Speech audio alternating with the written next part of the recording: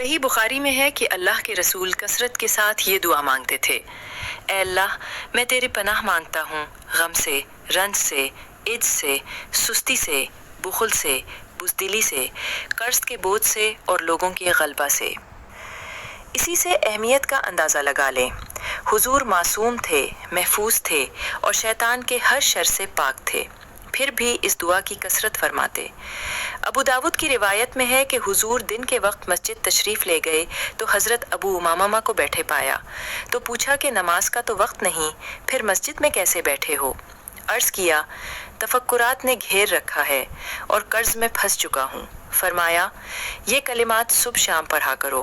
انہوں نے اہتمام فرمایا تو تفکرات بھی دور ہو گئے اور اللہ تعالیٰ نے سارا قرضہ بھی اتار دیا۔ کوئی بندہ جب اللہ تعالیٰ سے غافل ہوتا ہے یا کوئی گناہ کرتا ہے تو اس پر بہت سی مصیبتیں آتی ہیں، مگر ان مصیبتوں میں سے 8 بہت خطرناک ہیں۔ یہ 8 مصیبتیں زندگی برباد کر دیتی ہیں اور آخرت کو بھی خطرے میں ڈال دیتی ہیں۔ اس لیے ہمیں سکھایا گیا کہ ہر صبح اور شام ان 8 مصیبتوں سے بچنے کی دعا مانگا کریں۔ یہ دعا الفاظ کی تقدیم تاخیر اور کچھ فرق کے ساتھ کئی احادیث میں آئی ہے۔ صحابہ کرام یہ دعا ایک دوسرے کو قرآن مجید کی آیات کی طرح اہتمام سے سکھاتے تھے۔ الفاظ کا ترجمہ اختصار کے ساتھ۔ نمبر 1، الحمی یعنی فکر میں مبتلا ہونا، آگے کی فکریں، پریشانیاں، فضول پریشان کرنے والے منصوبے اور خیالات۔ نمبر 2، الحزن، حزن، غم کو کہتے ہیں، یعنی غم میں جکڑ جانا، ماضی کے واقعات کا صدمہ اور غم ایک دم ابھر کر دل پر چھا جائے۔ حالانکہ حدیث شریف میں آیا ہے، کوئی بندہ ایمان کی حقیقت کو اس وقت تک نہیں پا سکتا جب تک اسے یہ یقین نہ ہو جائے کہ جو کچھ اسے پہنچا ہے وہ اس سے رہ نہیں سکتا تھا، اور جو کچھ اس سے رہ گیا وہ اسے پہنچ نہیں سکتا تھا۔ یعنی جو نعمت مل گئی وہ ملنا ہی تھی، اس سے زیادہ نہیں مل سکتی تھی۔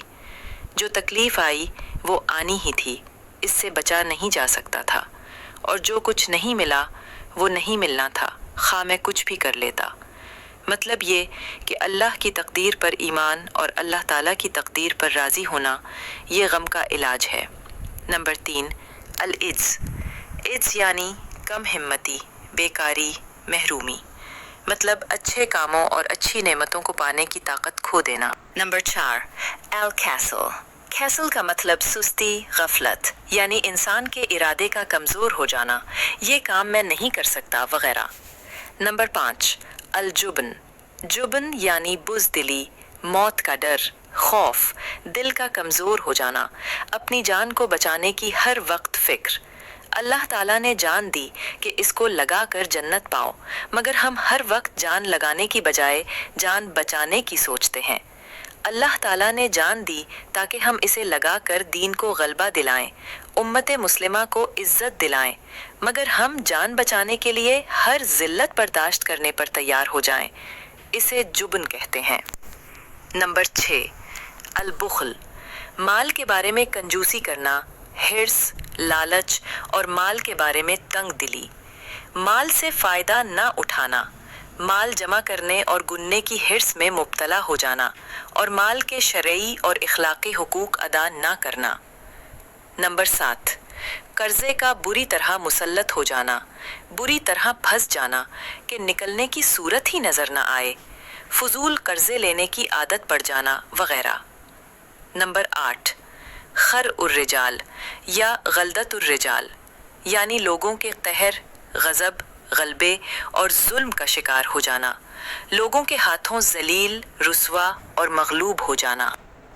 شیطان ان 8 مصیبتوں کے تیر ہر صبح اور ہر شام ہم پر چھوڑتا ہے، بس جو انسان صبح و شام اللہ تعالیٰ کی پناہ میں آ جاتا ہے وہ بچ جاتا ہے، اور جو یہ پناہ نہیں پکڑتا وہ ان تیروں میں سے کسی ایک یا زیادہ تیروں کا شکار ہو جاتا ہے۔ اللہ تعالیٰ میری اور آپ سب کی ان 8 آفتوں اور تمام آفتوں سے حفاظت فرمائے۔ اللہ تعالیٰ مجھے اور آپ سب کو اس مبارک دعا کی برکات عطا فرمائے۔